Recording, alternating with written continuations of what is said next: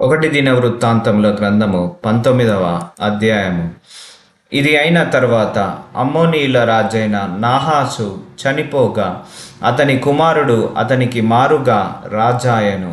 అప్పుడు దావీదు హానూను తండ్రి అయిన నాహాసు నా ఎడల దయ చూపించెను గనుక నేను అతని కుమారుని ఎడల దయ చూపెదనని అనుకొని అతని తండ్రి నిమిత్తము అతని పరామర్శించుటకు దూతలను పంపెను.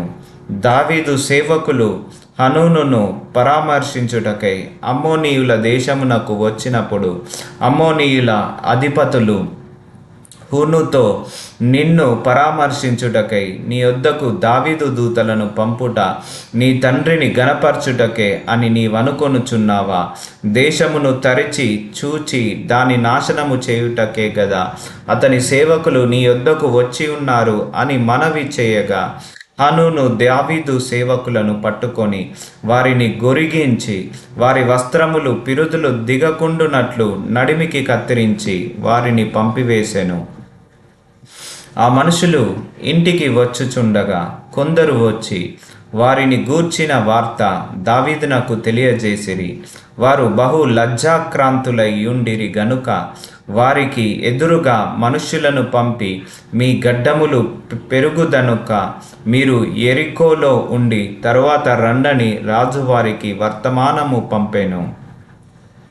అమ్మోనీయులు దావీదునకు తమయందు అసహ్యము పుట్టించితిమని తెలుసుకొనినప్పుడు హనూనును అమ్మోనీయులను అరమ్నా హరాయిము నుండి, సిరియా మయకా నుండి, సోబాను నుండి రథములను గుర్రపు రౌతులను 2000 మనుగులు వెండి ఇచ్చి బాడిగెకు కుదుర్చుకొనిరి.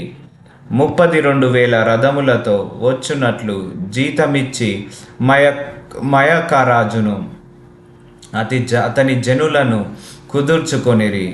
వీరు వచ్చి మెదెబా ముందరి తట్టున దిగిరి. అమ్మోనీయులు తమ తమ పట్టణములలో నుండి కూడుకొని యుద్ధము చేయుటకు వచ్చిరి.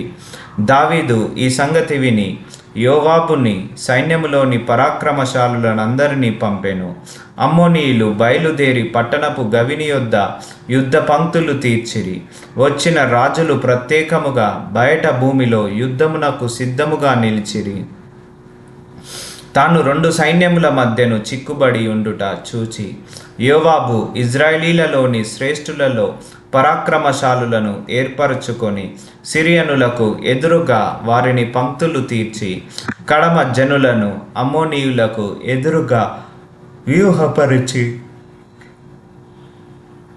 తన సహోదరుడైన అభిషేక్కి అప్పగించి ఇట్లనెను, సిరియనుల బలమునకు నేను నిలువలేకపోయిన ఎడల నీవు నాకు సహాయము చేయవలెను.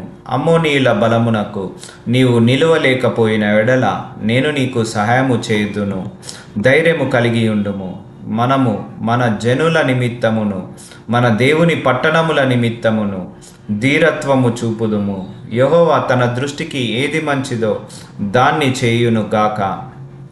ఆ ప్రకారము యోవాబును అతనితో కూడనున్న జనమును సిరియనులతో యుద్ధము కల్పుటకై చెరపోగా వారు నిలవలేక అతని ఎదుట నుండి తిరిగి పారిపోయిరి. సిరియనులు తిరిగి పారిపోవుట అమ్మోనీయులు చూచినప్పుడు వారును అతని సహోదరుడైన అభిషై ముందర నిలవలేక తిరిగి పారిపోయి పట్టణంలో చొచ్చిరి. యోవాబు మరలి యెరూషలేమునకు వచ్చెను. తాము ఇజ్రాయేలీల చేతిలో ఓడిపోతిమని సిరియనులు తెలుసుకొనినప్పుడు వారు దూతలను పంపి ఏటి ఆవలి సిరియనులను పిలిపించుకొనిరి. హదరెజేరు యొక్క సైన్యాధిపతి అయిన షోపకు వారికి నాయకుడాయను. దావీదు ఆ సంగతి తెలుసుకొని ఇజ్రాయేలీలందరినీ సమకూర్చి యోర్దాను దాటి వారికి ఎదురుపడి వారి ఎదుట సైన్యములను వ్యూహపరిచెను. దావీదు సిరియనులకు ఎదురుగా సైన్యములను పంక్తులు తీర్చినప్పుడు వారు అతనితో యుద్ధము చేసిరి. అయితే సిరియనులు ఇజ్రాయేలీల ఎదుట నిలవక తిరిగి పారిపోయిరి. దావీదు సిరియనులలో 7,000 రథికులను 40,000 కాల్బలములను హతము చేసి సైన్యాధిపతి అయిన షోపాకును చంపివేశెను. తాము ఇజ్రాయేలీల చేతిలో ఓడిపోతిమని హదరేజేరు యొక్క సేవకులు తెలుసుకొనినప్పుడు వారు దావీదుతో సమాధానపడి అతనికి సేవకులైరి. అంతటి నుండి సిరియనులు అమ్మోనీయులకు సహాయము చేయుటకు మనస్సు లేక ఉండిరి.